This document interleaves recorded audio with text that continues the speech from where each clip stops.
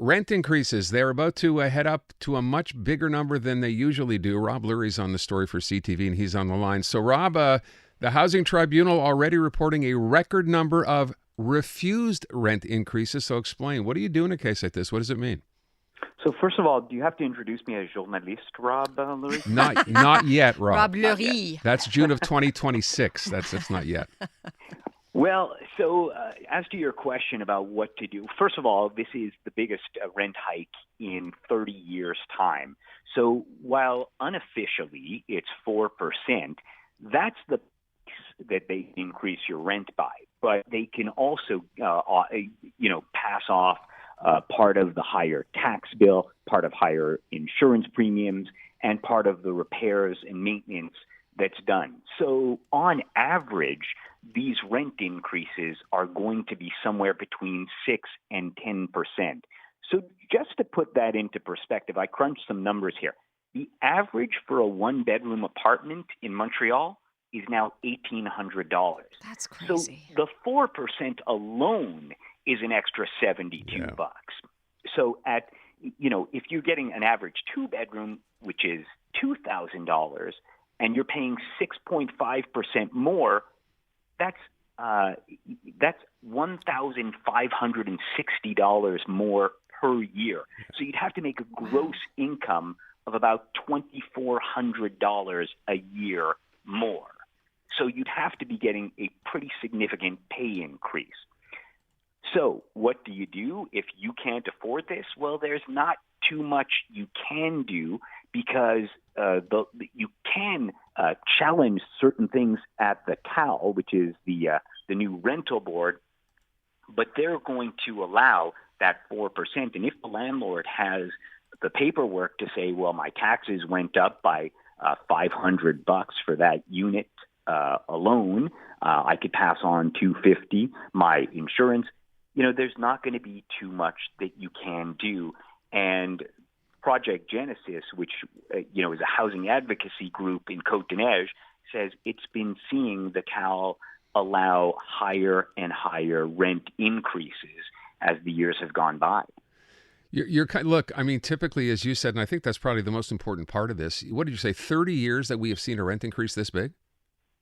Yep, that's 30 right. 30 years. 30 years. That's wild. But you could also look at it from the perspective of the landlords who say this is not enough money because it doesn't take into account how much more they're paying on interest. It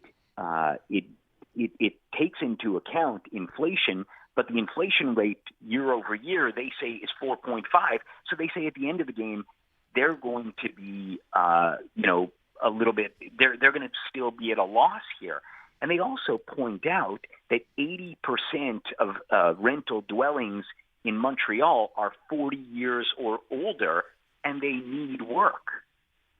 I understand the Quebec Landlords Association is saying, this simply isn't enough because, and I am a landlady now, the taxes went up, the property evaluation went up. And as you said, there's maintenance costs, right? We had to put a new roof on. And I know, I'm just one person with a couple of units, but you're paying out of pocket more and more. What I would like to know, Rob, is the city making any comment on that? Because I personally hold the city responsible for this, for doing the evaluations at a time when they were at peak value, and they're not worth that anymore. That's not and going the to get you property very values, far. it's not going to get you. No, but what is the city saying anything about this? We are in a housing crisis, and this just puts further pressure on things.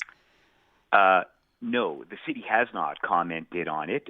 There have been some political comments. One of the comments that the city did make recently was that they compared it to the situation in Toronto, and Toronto is facing double-digit increases in property taxes. So you have to keep that in mind. What the CAQ wouldn't comment on it, but the PQ did, and they say that in spite of the CAQ's rhetoric, the government is still allowing too much immigration, and they say that's exacerbating the housing shortage. And Quebec Solidaire is saying that there needs to be laws to prevent what they consider egregious rental increases. Do we know what's coming down the pike? Because what was it, Bill C-31? I think that was mentioned the other day. The lease transfers?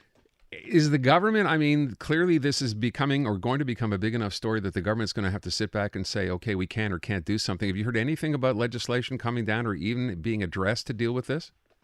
No, I really haven't. And, the government has previously, they haven't exactly been on the side of tenants right now, but they do point out that this is a decision by the tribunal, and it's not a government decision to allow rent increases of 4%, but they don't say that they're going to stop it.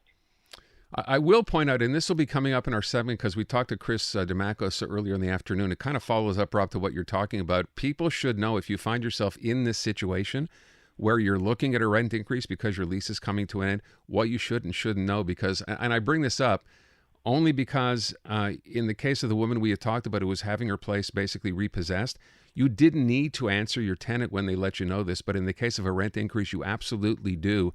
And there are very different reasons and things otherwise at play. you're deemed to have accepted it. So it's a dangerous situation if you just let it go. And this is something that tenants' rights groups say that you could call either the group RECLAC or Project Genesis. You should know what your rights are as a tenant, but nevertheless, the rules are what the rules are, and your biggest recourse is to go to the tribunal. But again, the tribunal has been allowing these larger rent increases. And again, the landlords say that they, if you think they're getting rich off this, Natasha, as you pointed out, that the cost of repairs and renovations are going up. So the landlords say, look, we're sympathetic. Mm-hmm. We don't want to get to a point where nobody can pay these increases, but we also have to make money. And so it's two separate issues here. You have to allow us to make the rent increases which justify our expenses, but they also say that if we want to address this from a societal point of view, well, then there should be more subsidies from the government to help you pay your rent. And sure enough, by the way, if you can't pay your rent, you could always call Revenue Quebec and see if you can get a rent subsidy. Oh, that's good to know. Didn't know that. Okay. Well, that's certainly worth considering. Okay. That's on the Revenue Quebec website. So if you Google Revenue Quebec and rent subsidy, you'll find all sorts of information on that. I think it goes up to $170. Okay. Great tip. Rob Thanks, Lurie, Rob. merci beaucoup. De rien. All right. Rob Lurie. Oui, de CTV.